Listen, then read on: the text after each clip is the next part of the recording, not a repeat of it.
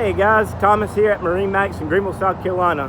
Today I'm showing you a 2023 Yamaha 255X. Guys, this boat just arrived.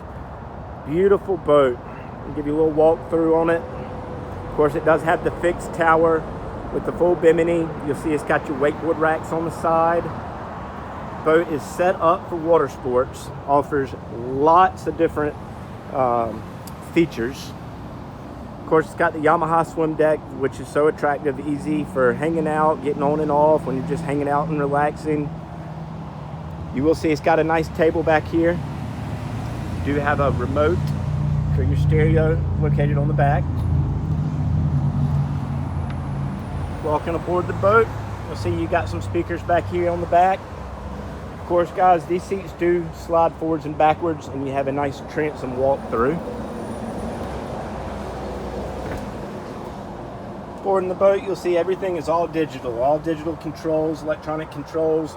Does have the shifters, does have the Yamaha Connext screen, a lot of redundancy with extra buttons on the side. Beautiful boat, guys. Taking a look at the bow, you'll see we have the bow filler cushions in.